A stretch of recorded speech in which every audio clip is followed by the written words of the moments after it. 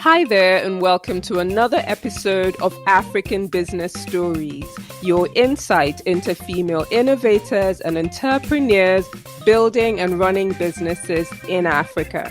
I'm Akego Koye, and on the show today, I'll be chatting with Aisha Ayensu, founder and CEO, Christie Brown. Christie Brown is a high fashion brand based in Accra, Ghana. Aisha started her business while at university, and we talk about how being young and naive worked in her favor. We also talk about the early wins that spurred her on, the need to master one's craft, and taking her brand global. Throughout the conversation, I noted the power of having a clear vision. Let's get into it. Hi, Aisha. Welcome to African Business Stories. Hi, Akego. Really happy to be here. Thank you. Thank you for giving us your time. So you're from Ghana, Yes, a sister country. country. Yeah, I mean, I've always admired Ghana. They've taken so much time and effort to preserve their history. But I remember coming to Ghana and going to the Kwame Nkrumah Mausoleum. Okay. mausoleum. So those kinds of things I appreciate. One thing that I've always wondered about Mhm. is about the cultures and the tribes. Good. Actually, I should say I've wondered about the tribes in Ghana. Ghana. Like in Nigeria, they always talk about the three main tribes, and I think it is a disservice to The the aspect, hundreds of other tribes. right. So I wonder what it's like in Ghana. Do you have these main tribe type of thing or what? It is the main tribe. So you do. I think it's pretty much the same because we do also have the main tribes. You see, like there are probably three main ones or four main ones that are always spoken and talks about, Mm, and there are little rivalries here and there, and little jokes that go around. But yes, you'd always have like smaller tribes that aren't as they're more in the minority, I guess. But it's really the main ones. It's your Ga, your Ashanti, your Ewe, or right. Or what was the last one? Hausa. From the north, you'd have the Hausa speaking tribes, but they do have like the Gombas, the Gasi. There's so many, to be honest, but the main ones are probably Ga, Ewe, Tree, or Ashanti. Okay, thanks for that. You talk a lot about your grandmother, and we'll come to talk about her a little Okay. later. But I wondered if you could just talk to us a bit about your parents and what it was like growing up in Accra in In Ghana. Ghana. So I come from a very small family. When I say small family, it's just myself and my brother. We're just two kids, and then my parents. Okay. And so we're very close. We're super close, very tight knit, close knit family. And I always actually talk about my upbringing because I find that it's. I grew up in a not so conventional Ghanaian home. So Hmm. my name is Aisha, but I'm not Muslim. I'm not Northern. My parents just like the name because apparently they were in Northern Nigeria. They're in Sokoto at a point, and Okay. Ghanaians were going to Nigeria to work. And so I think my dad was teaching or lecturing somewhere in Sokoto and made friends or something. And they said, oh, if we have a girl, we'll name her Aisha. And truly, that happened. Hmm. So they're open like that. And I grew up in a home where we had in the study there was a Bible, there was a Quran, and then some Buddhist journal or something of the sort for meditation. And it was really that, like, if you ever chose to your own path, it was okay to do that. You felt you didn't Right. get a sense of, oh well, in this house we do things a certain way, even though I grew up in a Christian home. And then my parents in themselves, it's just their dynamic, right? And how they relate to each other. I always say that we never had roles like for the man and for the woman. So it was my brother and I, but there was never, okay, well, my brother's name is Nanado. So it was never, Right. he can do this, but you can't because you're a girl. Or,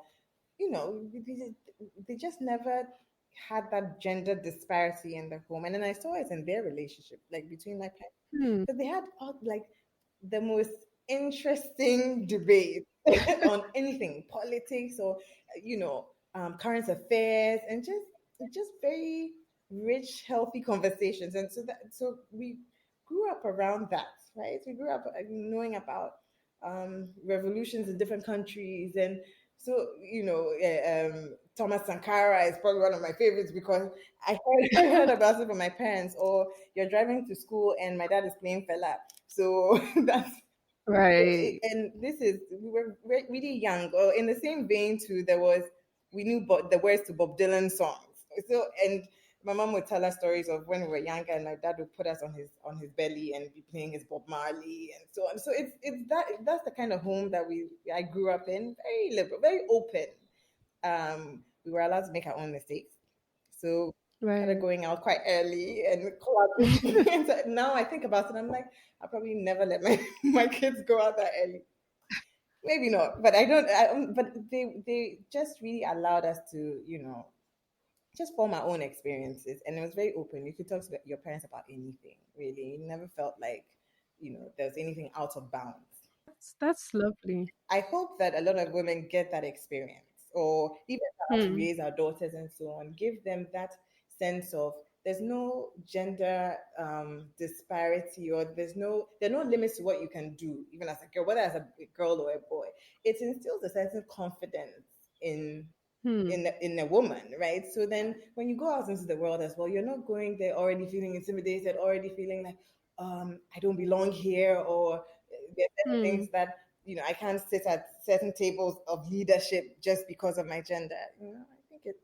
Thanks for sharing that. So I know that you went to university in Ghana, Legon, Oh, University of yeah. Legon. What did you study? I study psychology. What did you aspire to be? I'd always liked fashion, and but then I don't know. At some point, probably in my Okay. teenage years, I thought I was going to be a lawyer. Um, and then when it was time to like start uni, I wanted to go to school abroad, like to the US. And at that time I'd gone back to my love for fashion, or and all things fashion. I wanted to go to fashion school, and it was pretty expensive. I just thought it would be too much on my parents. So I settled on Legon, not because Hmm. maybe I didn't think much of it. I just thought that, okay, let me get an undergrad. And in choosing my subjects, it was philosophy, psychology, and I think geography or something. But I really didn't put much thought to it. But maybe in the back of my mind, my next result was the law. So yes, in choosing a major, I said I enjoyed psychology Hmm. a lot. It came naturally to me, and so that's what I majored in, wrote my thesis on. But in my final year is when I realized that, you know what, I'm not going to work in this field. One, because one of my professors had called me and he said, oh, you're the kind of students that, would like to sponsor to do MPhil. And this is like a master's and then Hmm. a PhD in psychology. Oh, I'm sorry, no, sir. Plans. Because at this point, I really felt that I wanted to follow my passion, which was fashion. Okay, so I know it's quite early in the game.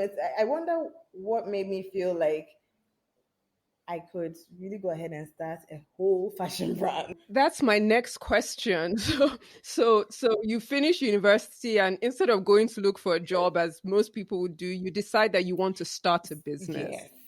And to be honest, this was so in my final year, even whilst I launched Christie Brown in March of 2008, and I graduated after that. So Hmm. I was still in university when the brand launched. Oh But wow. the thing is, one of the sentiments I remember so clearly is in that period. I don't know if you remember, but this is Africa Rising movement, and everybody was talking about. Yes. There was that first wave, and now I don't know if you've noticed there's a second wave that we're going through. But yes, Yes. it was that, and oh man, it just awakened that love for Africa in me. I've always been that person who felt, well, we can take matters into our own hands.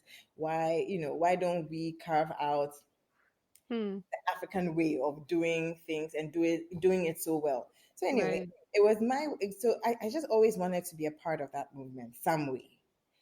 And for me at the time, I felt that fashion, right? And I just felt, well, the modern African woman, whatever is being portrayed in the world, that's not our reality. Hmm. And my friends and I will go and have brunch or breakfast at Golden Tulip. At the time, it was a hotel in Accra. We'll go and have drinks somewhere. We weren't we weren't restricted. We weren't.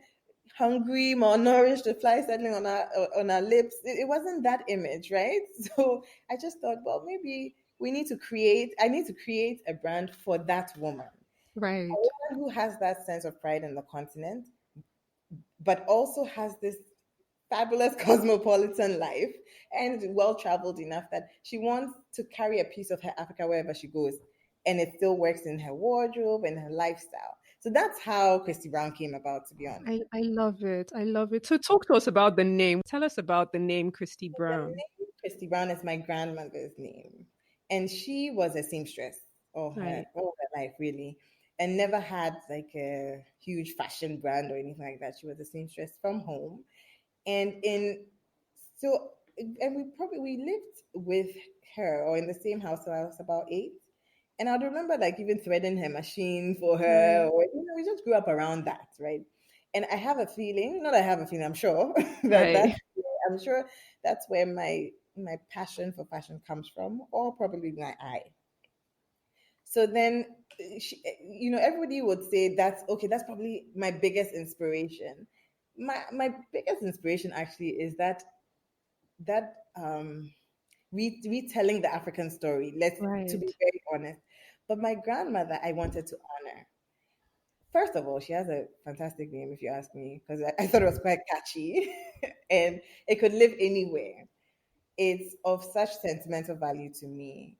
It was a way for me to carry on her legacy. Because at the time I was launching the brand, she had passed away.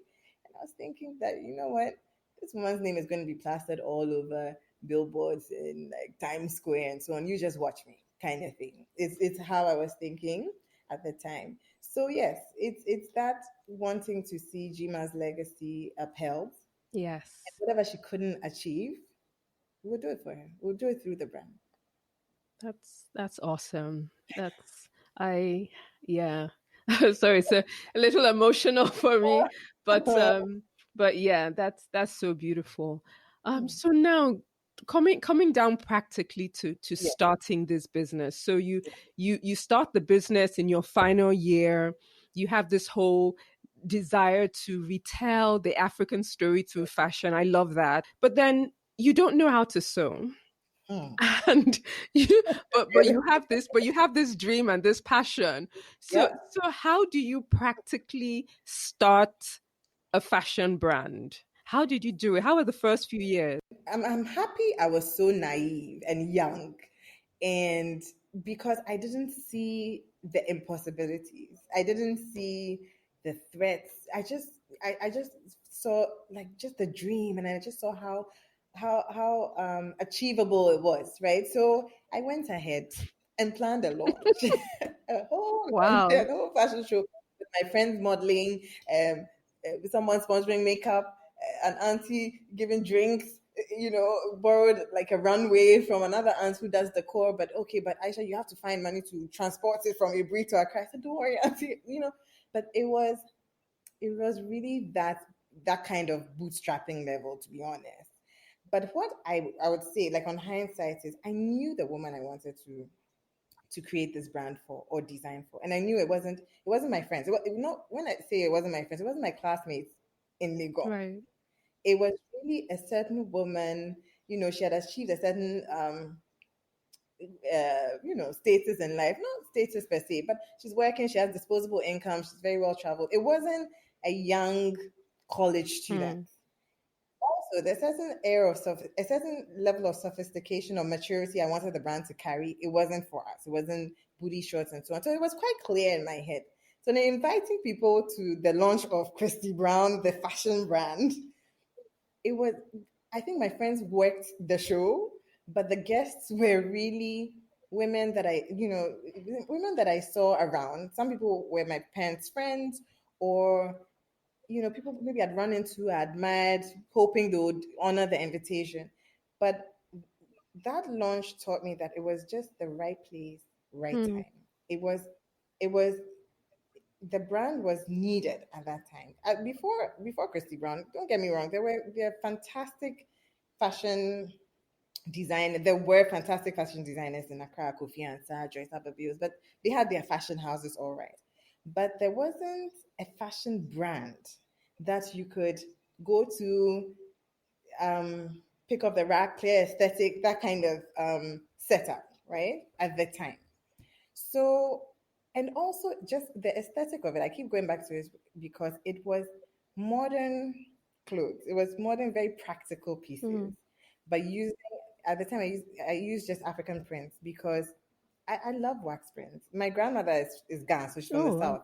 And that's what I saw she and her friends wear. So people would ask me, why don't you use kente? And so I said, because it honestly wasn't a part of my my design philosophy at the time. It's the wax print that I linked to our Right. heritage. Now you have all these arguments, but let's not get it wrong. That whole, even how Africans view color and print and so on, it influenced that. So we've embraced it and owned it, and it's Right. ours. So no, we shouldn't feel as though somebody's taking advantage of us. Personally, that's my personal opinion. But anyway, so yeah, so it was using wax prints, but just really interesting cuts, very modern, very Right. practical. So it wasn't your kaba and slits. So kaba and slits is like our version of your embuba. You wanted pieces you can wear, like jackets, cool like cocktail dresses that you can wear to all the kind of events that we were going to at the time. And it was such a hit, honestly. It was such a hit, and God really had a purpose for Christie Brown. So there were kind of key people at the show who then spread the gospel of Christy Brown, and mentioned to, somebody mentioned to a friend in SA that, oh, you should check out this cool brand from Ghana. Then they contacted us to do I say us, but at the time it was just me, contacted me to do an interview for Studio 53. I think it was a show on DSTV. Hmm. So they even came and filmed in my dorm room in Legon. know. I wonder if it ever aired. I don't quite remember. But so there was that. And then after that, there was the first ever Africa Fashion Week that was being organized by Arise. And of course, it was the first of its kind. So like 21 designers or so from like, all different, no, about 50 designers from 21 African countries. So imagine that. Then they're looking for brands from all the different African countries, right? And Christy Brown popped out, and we got invited to the show. So it's, you see how the divine connections that occurred for Christy Brown to get to where it was. I think it Hmm. was really meant to So, be. so in terms of the clothes, Yeah. how were you making your clothes at the time? So that's another thing. So like we mentioned earlier, I didn't even know how to stitch. I could sew a button, but I didn't know how to use a machine. I couldn't sew. I couldn't cut. But I had tailors all over Accra. So I'm already a small person, but I can imagine that I was so stick thin at the time because I was running from one tailor to another across town. Because of course I'm a creative. I'm not so much of a planner, right? So there's one in the opposite side of town, another here, and there are orders coming in because it was purely bespoke when I started out. Right. The orders coming in, and I was at the mercy of these tailors. To be honest, they knew I didn't know how to construct the garment, so they'll do anything that they felt was right. Or the disappointments, oh, pick it up at this time and it's not ready, or the design I explained to you explicitly had come out all botched, or the seams weren't right, but I could spot a good finish or a good Hmm. when I saw it. It's just that I didn't know how to achieve it. So they'll just tell me, "Oh no, that's how it is," and I'm Oh just dear. disappointed. Yeah, it was honestly hellish. But then I decided to enroll in a fashion school locally Okay. to learn how to like draft patterns and stitch, because I really do believe in us at least knowing the fundamentals of our craft. Right. And you know how a garment is basically constructed. There's just so much you can do creatively, and generate your own like styles from Yes. that. So I really needed to understand that. So you started off the way most fashion businesses in Africa start, taking fabric, making this bespoke. But of Mm-hmm. course, today, Christy Brown is a retail brand. So how did you start to make that shift, Um, towards retail? so I so first of all, in the beginning, like we mentioned earlier, I didn't have my own tailors, and then I acquired one machine. Then I started getting my own team just after Joyce Ababu, the school I enrolled at.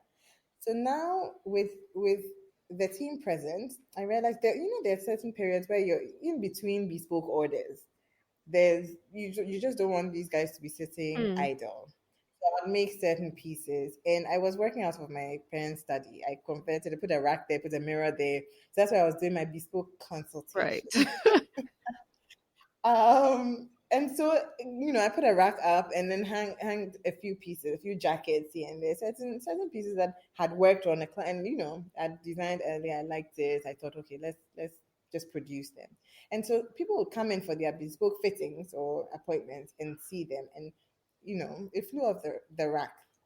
Bear in mind, it was just a small rack. However, in in building Christie Brown, or the vision, I always knew that it was going to be a luxury fashion brand from the continent, Hmm.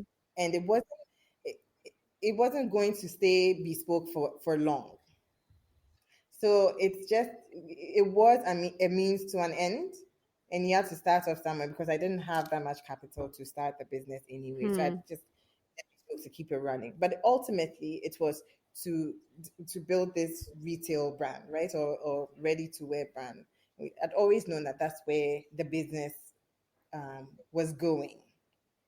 But in about 2010 or so, maybe 2011, my good friend Okay. Vanessa Bannerman. So she's my business partner now in Christie Brown. But so Vanessa worked in Montreal as a buyer, Okay. and would speak on the phone all the time, and I'll share my my horror stories and so on. But at that point, at the time, she would help with sending certain emails that I was dropping. A lot was I was dropping the ball on a lot of things. Certain requests that would come in, or certain requests I wouldn't even understand what a line sheet was, and um, so she was helping us in that regard, and that's how we started working together, Okay. because she would create line sheets or just handle the back end of Christy Brown for me, to as much to the best of her ability, Right. because she also had a full-time job. So if it had to do with even having someone to bounce ideas off, Right. it really helped having Vanessa up until she moved to Ghana and we properly formalized our working relationship. So now she works as the head of merchandising and Okay. operations for the brand. But even that move alone changed the trajectory of Christy Brown, because I am a creative. I do have my strengths, but honestly, just that marriage of the creatives versus and the numbers behind Right. fashion, I think one of our successes in the brand. Another, I'm trying to think of just the different moments that occurred to help pivot Christy Brown and move it to this level. But it's interesting how at certain times you realize that people come into your life or different things happen in your life that just move you to the next Hmm. level. And I feel like that's what's always happened with Christy Brown. Okay, that's interesting. So I want to talk about growing and scaling the business. Right. So of course you started off in your dorm room, then you moved to your parents' house, Yes. but at some point you have to get a space of your own, you have to buy equipment. So Mm. how did you actually fund the growth? And looking back, how did you fund the business? Okay. So first round would be that launch that I did Hmm. at Accra Polo Club and invited certain key people. We had an auction. I had an auction of certain pieces. Okay. So that money from the auction probably not probably actually afforded us the first maybe two machines or three. Okay. Okay. So that was the first time any money had been pumped into Christy Brown. It was through the auction at the launch. Now, the second time there was a fundraise, I want to say that quote unquote, is when Ready to Wear was picking up Hmm. for my parents' study. It was obvious that you need to get a store. Now, to get that shop in Ghana, you have to pay like your rent in advance, a whole year Yeah. in advance. Where am I going to get that from? Is what I was thinking. So a whole year in advance, and just doing up the store, personnel, now stock, because you're going to have to upfront so much in terms of inventory to make the pieces to be hanging in the shop. So it was a whole different ball game. Fortunately for me, a good friend of mine who was doubling as the lawyer for Christie Hmm. Brown had a client who wanted to invest their monies into, just anything, just to reap some sort of returns, quick interest type of Hmm. situation. And he had said, "Okay, well, are you interested?" I said, "Yes." To be honest, I'm even embarrassed to mention the interest rates on that loan. But we took a 20,000. It was a $20,000 loan with a huge interest. I wouldn't even say Oh it's for a dear. year. Oh But dear. yeah, no, no. And for me, I guess I was so optimistic. I didn't think of, hey, but what if you can't pay it back or anything? But I was so sure that I had a viable business and this thing will convert. No worries, let's take it. We have 1 year to pay. Okay, no problem. Um, and truly, so with that, we're able to get the shop, do a tap, put some stock in there, and we were able to pay back that loan plus the interest in less than a year, to be Wow. honest. Yes. And so that was, you always need that. You Wow. always need that thing that shows you that no, it's possible. No, your dreams are valid. Just keep going. Mm-hmm. You know.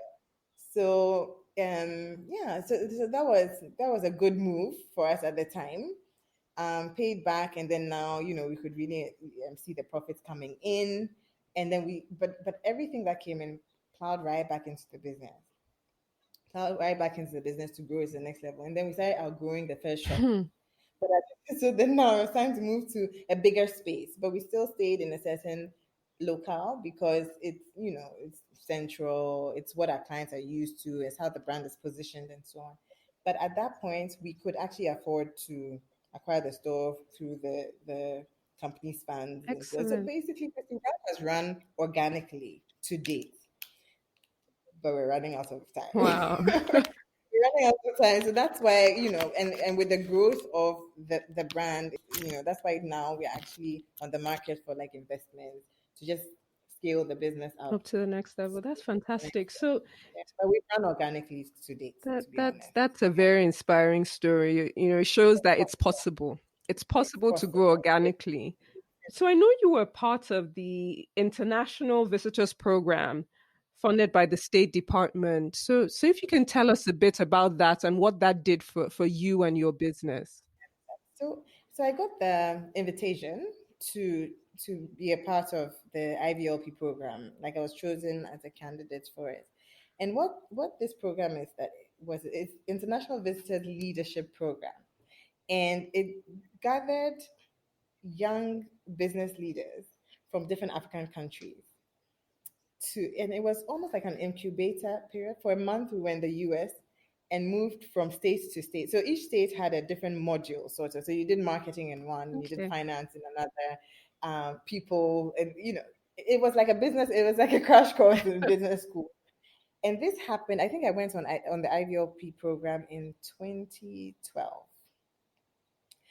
So remember that we had been the brand was launched in 2008. Mm-hmm. We were bootstrapping, working from home, doing bespoke up until about maybe 2010, 2011. So just in 2012, it was the right time for me to go on this program because it helped me to see Christie Brown as a business, Right. less of a passion project. Because these modules that we went through and setting goals and just understanding what the mechanisms of a good and sound business Right. is, and how to look, and I always remember that how to look, so how to not work in the business but work on the business, so Hmm. you're able to look. Yes, you're able to look at your business objectively and see where the loopholes are, and planning and forecasting was fantastic. Because at this point, I realized that, okay, we've been joking a bit. Not joking, but it was too much of a passion project. And, I'm just passionate about what I do, even in pricing and just certain decisions that I may have been taking at the time Right. weren't as calculated as they should be. Then another program that I signed on to just when I came back from the IVLP program is called there's a women's coaching. I want to say service, but you won't call it a service. But it's a women's coaching academy of sorts. It's Mm. called Alden's Lane, and it's run by this amazing woman called Ruka Sanusi.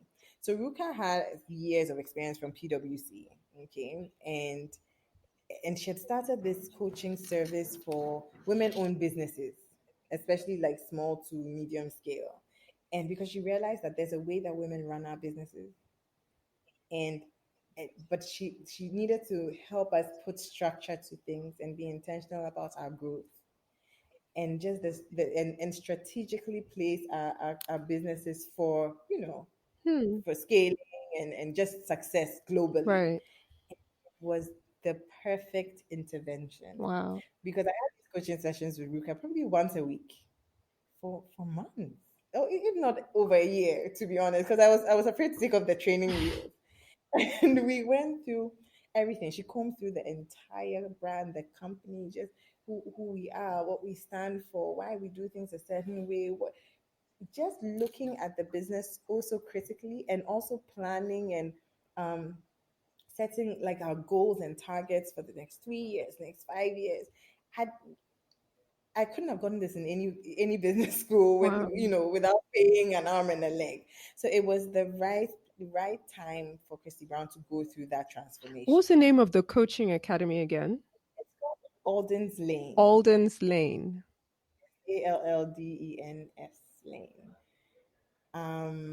Yeah, so Alden's Lane was fantastic for Christy Brown. That was a major turning point in just the outlook, just even how I always envisioned Christy Brown. And then even with Vanessa and I's working relationship, in as much as so before that it was still pretty casual, but just putting structure to things, having processes, documenting processes, Hmm. HR manuals, how you're hiring, who you're hiring. Oh no, it was everything. We really turned things around internally and in our back end. That's fantastic. That's Isn't fantastic. it? I wish every young business would at least, but you know what? Sometimes everybody talks about is the funds and so on. But at the Mm. time, I think Ruka also saw the potential of Christy Brown, and she was a client. She loved our pieces as Right. well. So it was benevolent of her in that regard because we weren't in the position to be able to afford like coaching fees for so long. But she really wanted to she wanted to see Christy Brown succeed, and Hmm. she knew that we needed to just tweak a few things. Yeah. Because I never worked in a formal institution. Bear in mind, I Hmm. started the brand straight in uni, and so out Exactly. of uni, has always been my job. So everything I've learned about running a business or understanding what it takes to navigate this space in Africa, I learned on the job and through these programs that I was fortunate enough to be a part of That's a great and aim for. testament. It's a great So testament to what's possible. So let's talk about taking the brand international. yeah, Let's talk about that. Of course, it's what you've always wanted to do, yeah. but how did you go about it? And in that process, Mhm, can we also maybe talk about the impact of or not mhm. of having celebrities wear your clothes? Yeah. So how does that play into the story? From the get go, there wasn't a clear strategy as to Right. how do we take Christy Brown international. I just always believe that let's do a good job. Let me put my foot in it, and the right people will notice it. I'm a bit naive because later I got to realize that no, you actually there are ways to do PR and so on. But the brand has always we've always done things organically, especially in the early days where you don't have the funds to even hire marketing experts to come and look at which regions you should be going into, this how we approach this and that or the other. It was really that. It was really focusing on making the product great Hmm. and really staying true to the essence of the brand. It's modern Africa. It's showcasing our heritage in the best light, is keeping our heritage alive by making it cool and relevant for today. And truly, we were just fortunate enough to have the right people spot the brand. Right. It's having the right people spot the brand, but it's also, I guess, one lesson I learned is whatever you're doing, it's important to let people know that you're doing that. So Right. imagine this is a time where there was no Instagram. Now it's easier, but Hmm. imagine. if I stay maybe in my little corner, I said, okay, let me just be sewing for my friends every now and then and see and slowly grow the brand, we probably wouldn't have gotten the kind of visibility we got. That launch that we did now put it out there that there's Christie Brown. Now, because it's out there and media wants, they want content, people want news, and you may have the local newspaper, the Mirror, pick, because the images too are nice. It was interesting pieces, right? So they also want those images in their papers. So, okay, can we use your images? Or we got a feature in Canoe magazine at the time, and Canoe was featuring everything Afropolitan and Right. showing African luxury. So it tied in with what we stood for. He gave us a spread in his magazine Wow. at no charge in Quience. I would always remember. I would never forget that because can you imagine how many hands those magazines went to? It passed through, or the homes that it was in, and people will realize that, oh, this is interesting. What is it, Christie Brown? And then you go check it out, and it's on Facebook. So at the time, Facebook was also quite new, but I'm also grateful for. I always say that God brings people your way, to push you in the right direction. So Rodney Kwaku is like, no, you have to have a Facebook account. I say, oh, what is all this? Me, I'm not even good with technology, but he forced me. He actually opened a Christie Brown Facebook account, and we kept uploading our pictures on there. I'm sure if I go all the way back, I'll probably cringe at some of the stuff that's on our page. But it's just putting it out there and letting people know what you do, and sometimes women do that. We like to just hide and, "Oh, it's just something small, it's just my side hustle." No, it's not your side hustle. You have big dreams for this thing. Just go ahead, put it out there. I know we'll be a little nervous that, and I got trashed a lot. I mean, like there was one time I read a certain critic back in the day, and till today it stuck with me. So I think every time I look at a collection, I'm like, okay, let's make sure it's not looking too craft like. Yeah, that was the caption, or the person's comment. I said, okay, I'll show you guys. But in terms of the whole celebrities wearing your brand, because there's a school of thought that get it in the hands of a celebrity and your brand will explode. I guess it does happen for some people, That and happened. maybe it doesn't, and maybe Facebook or Instagram likes don't always translate to money in the bank. But you've had Yeah, quite a few celebrities wear your brand, yes, from the Carter tour, the dancers at the Carter tour. yes. Did you have Alicia Keys wear one of your Alicia, pieces? yeah, exactly. In the early days, Alicia Keys, there was one time like Kelly Rowland on some show in England, and things would pop up here and there that I didn't even know. It Oh, wasn't, wow. again, it wasn't as intentional. So, say the Alicia Keys bit, it was because, see, we were stocking on, at the time, one of the first multi-brand online stores for African fashion, My Asho. It was owned by a Nigerian girl. Honestly, she had so much vision and foresight at the time. I'm not sure what happened to her side. We have to check it out. But yes, so we were stocking on there, and I guess they had pulled for some PR gigs, and that's how it landed on their laps. Now here's the thing: it's fantastic to have celebrities wear your pieces, Hmm. or be spotted in them, photographed in them. But the the one way to cash in on that is when you actually have the stock to back it, Hmm. or they're wearing something that's relevant. So it's something that's about to be launched on your runway, and you have enough stock of it that when the person wears it, and then everybody wants to get that piece, they go to your website, they're able to click and buy it. Right. As a young brand at the time, some of these pieces were just made maybe a few of, and it was done, and then the celebrity is wearing it. Yes, it's nice and people see it, but at the time, even brands, people, magazines didn't even know how to reach African brands. Wow. We didn't have as much reach. So they'll probably see it and it's lovely, but it wasn't as easy as, okay, here's the website, just go there, click on it, you're buying. Hmm. So then there's a lot of money left on the table. So there's an art to this. Right. And there's also the relevance. So you could be dressing a celebrity that is not known for her fashion. Like, people don't look at this celebrity for her fashion sense.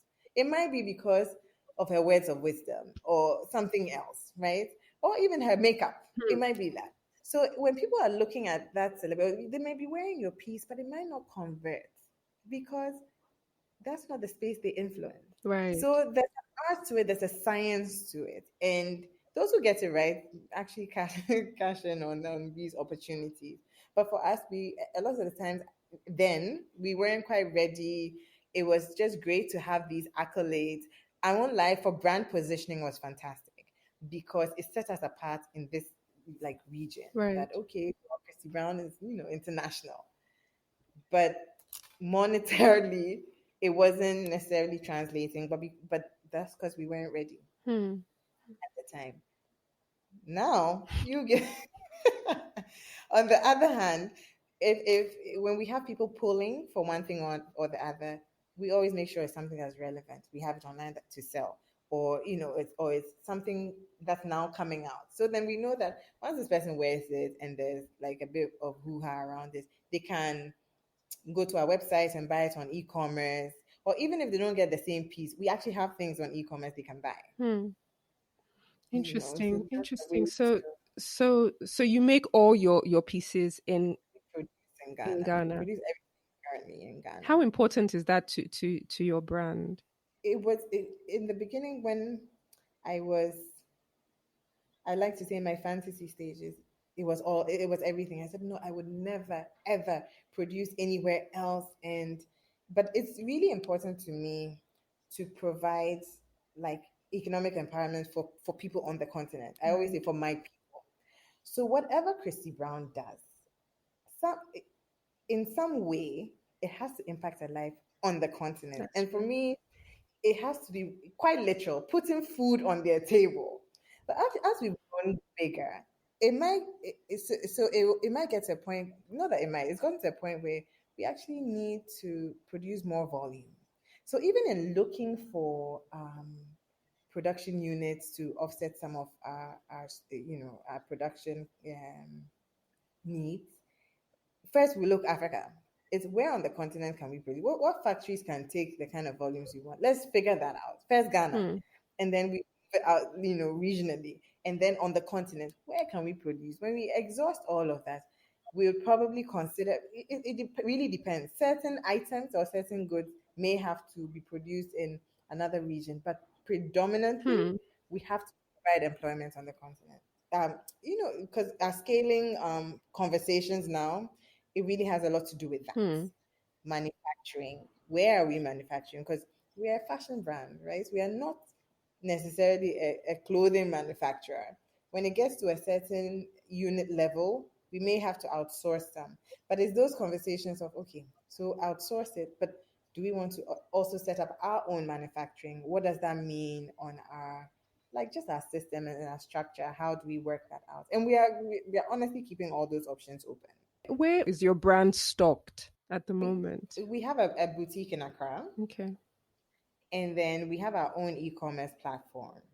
Then there are so in Lagos, we are stocked in Alara and Okay. Temple Muse. These are two multi-brand stores in Lagos.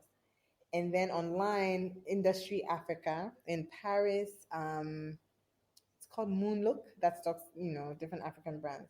But again, when we're talking about growth and scaling, we've come to that point where we need to widen and cast our nets even wider, open up our geographic market. And so now the conversations of stockists and wholesaling of the products have come in. Okay. But currently, we do a lot of direct to consumer. Hmm. However, in the next year or two, and two, we're looking at just having stockists in different regions that can, just push product, push Hmm. more of, and make Christy Brown more accessible because that's one of our biggest challenges now. People want it, but they can't get enough. So we have a capacity issue Right. that is such of an issue because we are solving it. But it's a But good right now, problem to have. it's a good problem for now. But yes, so we sell direct to consumer. So imagine that on your website you're selling out already. So then it's how much stock do you have left to even? But that's, I mean, it's a good problem to have. We do have a good conversion rate. Honestly, we are able to. We have a viable product. I'm not. Well, to toot my own horn, I think Christy Brown understands what the woman wants, what the modern woman wants. and especially that modern African woman. Hmm. But we are really open to like, but we also realize even from the data we collect from our e-com, it's very interesting. The US though is a really big Hmm. market for us, but it's interesting. But I know that even Europe will be great for us as well. It's just we have to, I think, be more deliberate about our marketing efforts or PR efforts in those regions. That's what it's about. But I realized that, oh wow, the Christie Brown woman in my head was she's African, she's more than but now, no. When I see like Caucasians, but and different parts of the world, Australia, you're getting orders from all over because we ship internet Right. worldwide. So when I see like in Japan, I'm like, really? Okay, let's look at this. Let's look at this properly. But that shows you the power of just e-commerce and the potential Yes. of that. Yeah. That's definitely a That's growth that's plan. Yeah. fantastic. So I know that recently you did a virtual premiere of your Yes. fall collection.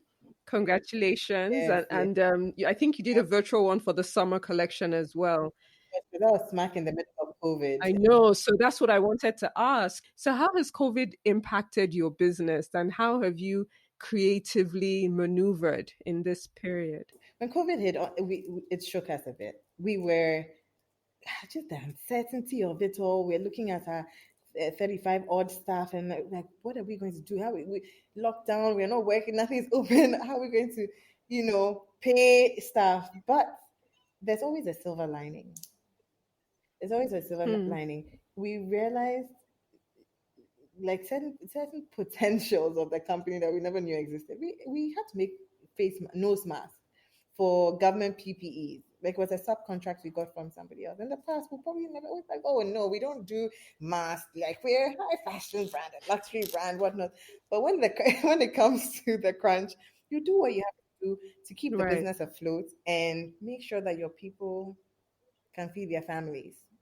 And what that did was because like this nose mask order required just the other skills, right? That our people were maybe too highly skilled for, to even down to even cutting off threads. So hiring people from the community because the workshop is located in one of the poorer areas of Accra. It's called Koligono. And the fact that everyone was in this COVID slump, but at Christie Brown, we were able to say that, okay, you come just ironing, just even pressing those masks. It was a job. So we're paying people for it and so on.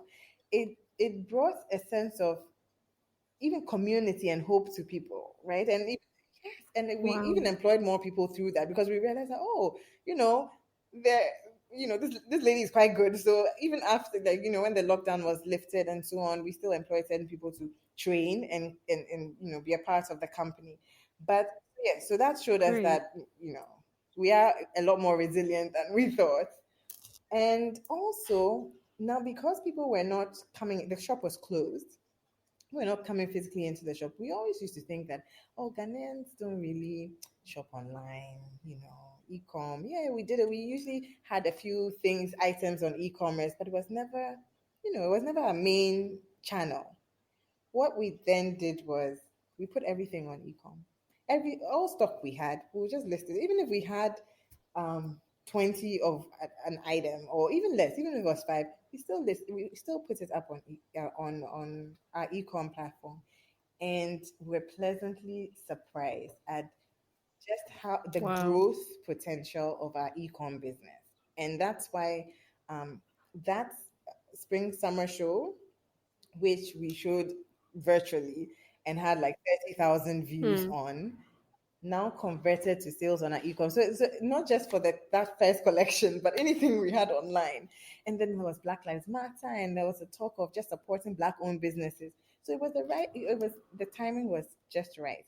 But it again, that's the silver lining, right? We saw the potential of that arm of the business. And so it's going to be one of our Hmm. major focuses now, just that e-com business, the logistics around it, the setup, warehousing, where you shipping from, how to make it even cheaper to ship out.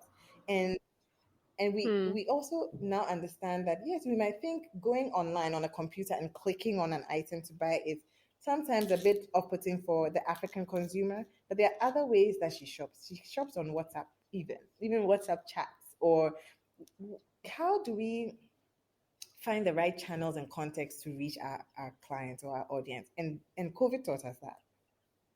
Because nobody's walking That's into your shop. fantastic. You better find a creative way to get the product to her. So I know that you're a mom. A wife and a mom of I three. know. So how do you balance it all, growing this business and raising your kids and stuff? How do you balance it? I'm blessed to have a very supportive husband. Maybe people say that all the time. It sounds a little cliche, but honestly, with how much energy Christie Brown takes and space, if I didn't have a partner who understands and wanted me to succeed this much, Hmm. it will probably be a problem. It'll be an issue in our relationship. But Michael is very. Sometimes I feel like he wants Christy Brown to succeed even more than me, even though that's not possible. But it's almost like do what you have to do. And he's an entrepreneur as well. He has a construction company, a real estate company. So that's also high pressure. But we make it work. Somehow it's okay, I have to do this, but no worries, I've got the kids. Or we make it work somehow with our schedules. If he had to pick up one of the kids for one thing or the other because I couldn't be there, that's just how we maneuver this space. Hmm. And then we have the nannies Hmm. to help us with three kids. Before I used to look at people who had like multiple nannies and say that, oh, how excessive. I know, I used to think that, oh, what's this too much? Till I was on my third. I'm like, okay. We looked at each other like, Charlie, there's only so much we can do. And so just leaning on our community. When I say our community, we don't say it takes a village to raise Right. the child. It's that thing. Or not trying to be superwoman. And we won't always have fresh food on the table. Even if we have fresh food, it doesn't have to be mommy that cooked it or, it doesn't have to be Aisha that cooked it. As far as we are well fed, we are all healthy Yeah. and happy. It allows us time to also bond as a family. When we get home, it's like honestly, we have a good thing going. But I think it's that great partnership that my husband and I have. So we're able to create a safe space in the house where nobody's judging anyone. We are both we're both busy. We just have to find ways to make our schedules, like work schedules, work and make sure that we also have time for the kids, especially on the weekends or even if it's after work. But and just being present when we are present, I Yeah. think is something that we do quite well.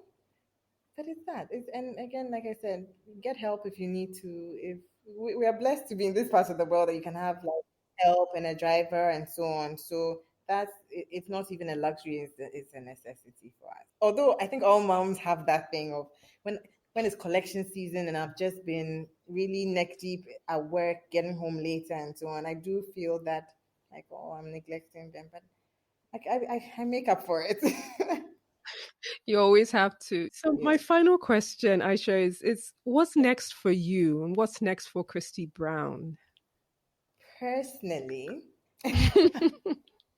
what's next for Aisha? Well, I feel like we're entering such an exciting stage in the brand. Okay. And there's a lot happening. We're going through not labor pains, but when there's a major shift happening in the company, we've outgrown our old stage, to be honest. And we've seen where the potential of Christy Brown is been mapped out for us. We kind of see where it's going. Hmm. And I'm actually excited about like just our growth and scale up plans. The new like product extensions that are coming up, the new regions we are moving into. But with that also I realized that I'm probably going to go even more into myself and my role in the company. I've come to accept that I think I'm a great creative director. but but the thing is, do I have to be CEO of Christy Brown Hmm. currently and in this next phase of Christy Brown? So it's those you know those ideas we're toying with just with the structure of that. But I want to personally for myself, I'm doing a lot of personal development, Hmm. okay, especially in leadership, because I also have other dreams. I mean I love what I do, but I have other dreams, and so I'm probably going to spend the next 5 years working on just my growth in that leadership space and how to actually effect change. Hmm. But yes, that's personally where my headspace is at in the next 5 years. Thank you so much, Aisha. This has been so fantastic. Thank you. That was Aisha Ayensu, founder and CEO, Christie Brown.